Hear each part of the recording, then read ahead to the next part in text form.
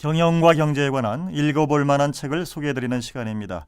CEO를 위한 서평 서비스 제공하고 있는 자이노리 경영연구원 서진영 대표 나오셨습니다. 안녕하십니까? 네, 안녕하십니까? 네, 오늘 소개해 주실 책 이름이 사람을 얻는 기술 2예요. 네. 선정하신 이유가 있을 것 같은데요. 네, 선정한 이유는 사람을 얻는 기술 1을 원을 너무 재밌게 읽었기 때문에 이 속편이 나와서 아주 관심을 가지고 재밌게 선정을 하게 되었습니다. 예. 네. 근데 사람을 얻는 기술이라는 내용에서 결론은 하나죠. 성공의 모든 기회는 사람에게서 온다. 그래서 사람을 얻기 위한 61가지 기술을 이야기를 하고 있습니다. 그래서 부드럽게 사람을 끌어당기고 이끌어가는데 필요한 기술을 이렇게 잘 전하고 있기 때문에 이 책을 오늘 소개해 드리려고 가지고 나왔습니다. 네, 이제 쉽게 얘기해서 이제 사람을 얻기 위해서 뭐 여러 가지 기술도 필요한 것 같고 네. 진정을 담아가지고 아마 그 신뢰를 얻어야 되지 않을까 생각이 되는데 저자는 지금 어떻게 얘기를 하고 있습니까? 예, 그 사람을 얻기 위해서 가장 중요한 것이 뭐냐라고 이렇게 물었을 때, 그 사람이 없으면 자신이 성공할 수 없다는 것을 미리 알라라고 이렇게 얘기를 합니다. 제 아무리 운과 실력을 겸비한 사람이라 할지라도 혼자서는 쉽게 정상에 오르지 못한다. 정말로 정상에 오른 분이 계시죠? 오은선 대장. 예, 오은선 대장이 아마 그 14자 완등을 하게 됐는데요. 14자가 어떤 곳이죠? 뭐 8,000m가 넘는 그런 히말라야 영봉들이죠. 네, 그렇습니다. 그러면은 8,000m가 넘는 곳에 혼자서 이렇게 가면 너무 외로울 것 같기도 하고요. 근데 혼자서 간다는 것은 뭐 외롭다는 그 비유보다는 불가능합니다. 히말라야 정상 등정에 성공한 사람 뒤에는 뛰어난 쉐르파, 그리고 유능한 베이스 캠프 요원들의 지원, 등정에 필요한 경비를 후원한 스폰서, 난관에 부딪혔을 때 자일과 링을 던져준 동료들이 있기 때문에 가능하다고 이렇게 이야기를 하죠. 그래서 늘 자신의 곁에 성공에 필요한 사람들을 끊임없이 불러 모을 수 있는 사람이 성공하는 것이다. 성공의 8알은 사람으로 채워진다. 그러므로 인생이라는 산봉우리에 정상에 서고 싶다면 먼저 사람을 얻으라라고 이렇게 개괄적으로 정리를 해드릴 수 있겠습니다. 네, 사람을 얻는 기술에 대해서 6가지 감각으로 이제 이 책에서 서술을 하고 있는데 어떤 내용입니까? 예, 6가지 감각으로 제가 한번 분류를 해본 건데요. 그 6가지 감각이 안, 눈이죠. 그리고 이, 귀, 그리고 설, 말입니다. 신, 그리고 몸, 의, 뜻, 그리고 비는 후각이 되겠는데요. 그중에 한 3가지만 먼저 말씀드리고 세부적인 건 뒤에서 말씀을 드리면 좋을 것 같습니다. 먼저 안이면 눈인데요. 상대방의 눈을 얻어야 마음을 얻는다 그럽니다. 이게 참 우리 동양권에서 힘든데 시인 예이츠가 이렇게 말했다 그래요. 술은 입으로 들어오고 사랑은 눈으로 들어온다. 그것만이 우리가 알아야 할 진실의 전부이다. 그래서 사람을 잘 사귀기 위해서는 눈을 제대로 쳐다볼 수 있는 그 애인의 눈을 그윽하게 바라보는 눈빛으로 사람들을 이렇게 포근하게 안아줄 수 있는 눈빛이 중요하다. 이런 얘기를 하나를 하고 있고요. 2번째 귀는 이죠. 귀는 귀로 듣는 경청이 그 무엇보다도 중요한 요소가 된다라고 이야기를 합니다. 우리가 흔히들 사람의 마음을 얻기 위해서는 1, 2, 3 법칙을 잘 알아야 된다라고 이야기를 하죠. 1, 2, 3 법칙은 한 번 말하고 2번 듣고 3번 맞장구 치라. 사람의 입은 하나인데 귀는 2개인 이유는 사람은 말하는 거에 2배만큼 듣고 살아야 된다. 라는 이런 뜻이라고 합니다. 그래서 이것을 경청의 힘으로 우리가 이해를 할 수가 있겠죠. 그리고 코, 비 같은 경우에는요. 후각인데 후각이 왜 사람에게 중요할까라고 하는데 향기의 기억이 뇌의 장기 중추에 저장이 된다 그래요. 우리가 이제 시골에 가면 이렇게 피어나오는 연기를 맡으면 아주 고향의 향수가 바로 떠오르고 옛날 어릴 적 시절이 떠오르고 이런 것처럼, 또는 된장찌개 냄새가 어머님이 끓여주던 된장찌개 냄새가 나게 되면 바로 어머니에 대한 장기 기억들, 회상들이 떠오르는 것처럼 후각이 굉장히 중요하다 그럽니다. 그래서인지 유럽에서는 자기만의 향수를 만들어서 많이 써요. 향수들을 이렇게 섞어가지고 자기 그 향기를 만들어서 기억을 시키는 이런 노력들도 하는 걸 볼 수가 있습니다. 이런 아주 작지만 사소한 것들이 이렇게 사람들로 하여금 자신을 기억하게 하고 또 자신에게 다가오게 하는 이런 그 전략들로 이렇게 소개해 드릴 수가 있겠습니다. 네, 이제 말하는 게 상당히 중요하다. 또 말하는 방법에 대해서도 저자는 기술을 하고 있는데요.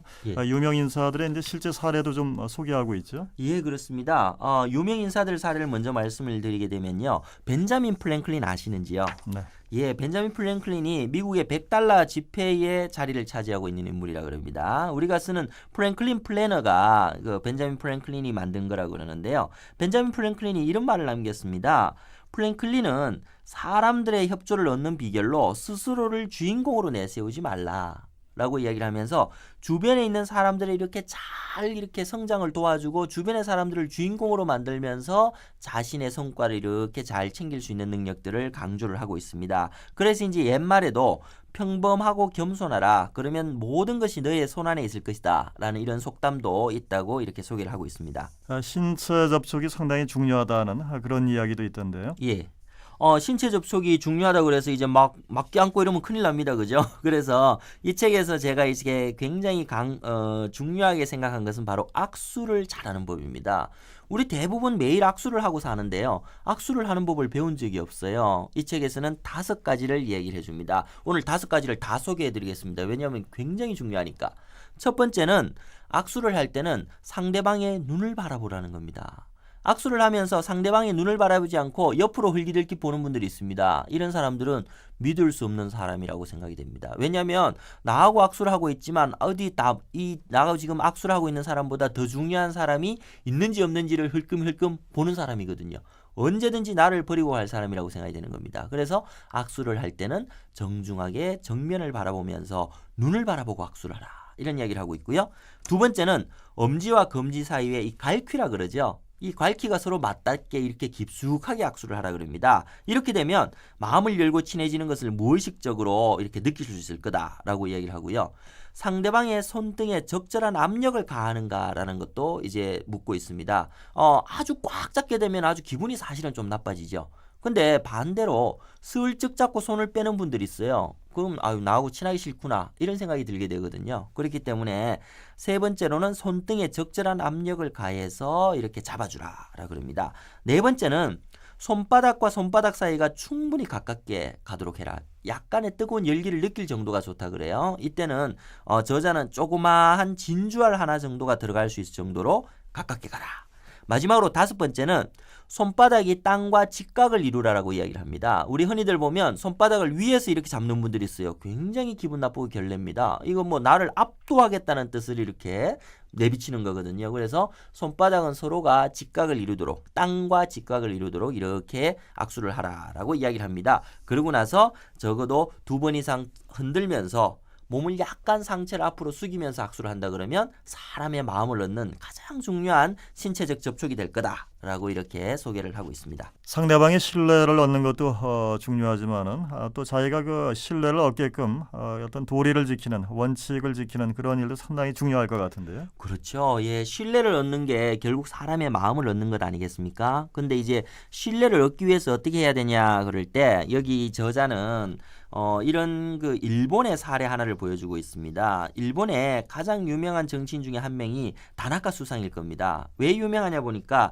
다나카 가쿠에이가 초등학교밖에 졸업을 하지 못했는데 총리가 되신 분이거든요. 근데 75년에 30대의 나이에 장관직에 임명되는 신화를 쓰기도 했는데요. 1963년에 사실은 대장성의 장관으로 취임을 했습니다. 근데 대장성이라 그러면 일본의 이제 제일 중요한 행정기관 중에 하나지 않습니까? 특히 이제 재무를 관리하는 거기 때문에 최고 엘리트 출신들이 쫙 깔려 있는 엄청난 이 반발이 예상되는 조직이었습니다. 근데 초등학교밖에 졸업하지 못했던 다나카가 여기에 장관으로 임명이 돼서 오니까 이거 큰일 난 거죠. 근데 이 사람들의 마음을 어떻게 얻을 거냐? 다나카의 딱 한마디에서 게임이 끝났다 그럽니다. 다나카가 취임식 날 대장성 관료들이 모두 야 얼마나 잘하나 두고 보자 라고 표정을 이렇게 지으면서 노골적인 무시와 반감을 드러냈어요. 근데 1분 안에 좌중을 휘어잡고 완벽한 충성을 이끌어냅니다. 딱 한마디 했답니다. 저는 잘 모릅니다. 일은 여러분들이 하세요. 저는 모든 책임을 제가 지겠습니다. 이 전폭적인 신뢰를 보여준 거죠. 그 전폭적인 신뢰를 보여준 조건 없는 신뢰를 보여준 다나카에게 대장성의 관료들이 어떻게 했겠습니까? 역시 조건 없는 신뢰로 답변을 한 거죠. 그래서 이 일을 맡아서 실력을 한번 발휘해보게. 뒷일은 걱정하지 말고 내가 다 알아서 책임질 테니 한번 해봐 라고 이야기할 수 있는 이 그 경영자에게 직원들은 충성한다는 겁니다. 예, 이런 조건 없는 신뢰 참 중요한 것입니다. 마지막으로 사람을 얻는 기술 1과 2가 이제 어떻게 다른지 모르겠습니다만은 이 던지는 메시지는 이제 분명한 것 같아요. 네, 그렇습니다.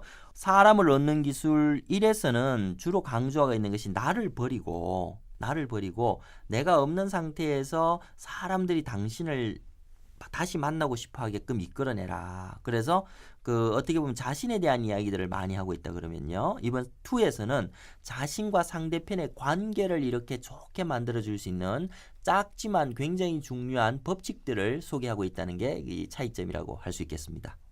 어떤 메시지를 갖다 전하고 있다고 보십니까? 네, 이 책에서 던지는 메시지 굉장히 중요한 것이 많습니다만은 제가 가장 깊이 감명을 받은 내용은 바로 이겁니다.